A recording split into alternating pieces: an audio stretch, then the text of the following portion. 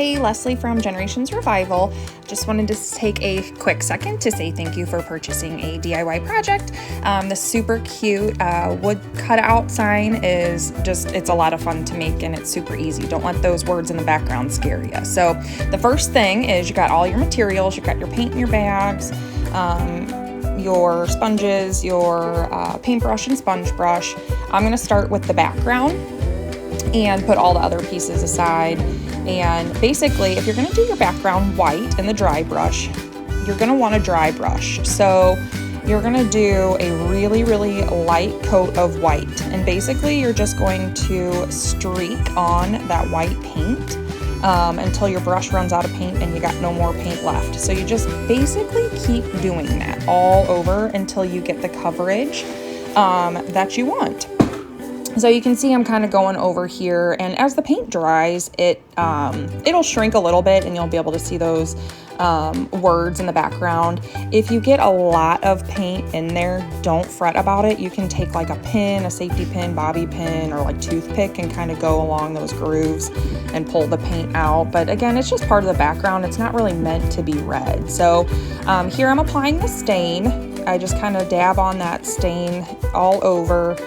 Complete the whole word, and then I take the rag and I just kind of dab and lightly swipe it off. Same thing with the frame, the circle frame. I just kind of paint it on the whole way, and then I just take that rag and wipe all that extra stain. The wood's really only going to take so much. You don't want to put so much stain on there that it gets sticky. It gets kind of gross to work with. So the pumpkin is a lot of fun to paint. So I start with the orange, and kind of the same thing. I like distressed, so I like that variegated unevenness, and I kind of go along the lines of the pumpkin that are engraved on the background. Kind of that natural kind of gives it that shape and dimension. I go back in and do another coat. And basically, because what I'm going to do here is add these green lines with the skinny paintbrush on those engraved marks. So you take that skinny brush and just take that wet orange brush and go back over it and blend that green in. I kind of took my wet white brush that I had from before and kind of just put little layers in there, a little bit of light, and it just really gives it dimension and makes that pumpkin pop and make it really look like it is 3D.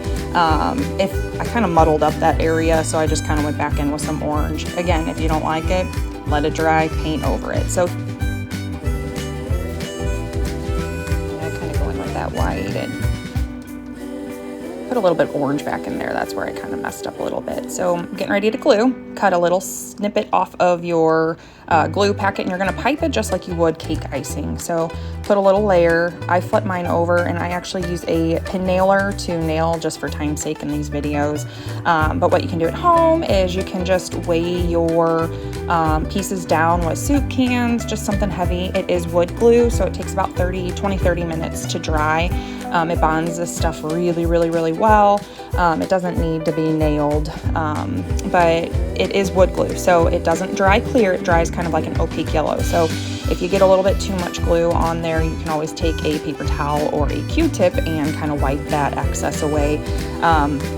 On this orange guy, it won't really matter too much because it blends in with those colors, but on other designs, you just want to make sure that glue doesn't seep out too much. But you can put the hello on the pumpkin, you can put it below. Yeah, I'm kind of wiping that glue because I got a little glue heavy. And then to hang it, just put your twine or rope through the hole with one knot on one end and then back through the other, knot it, and I kind of fluff it up, make it look a little rough, and you're good to go. So kind of clean it up a little bit. You can still see my glue lines on there. But yeah, this is it. I would love to see your project. I love how you guys kind of take the same directions and run with it. So feel free to tag Generations Revival, and thanks again.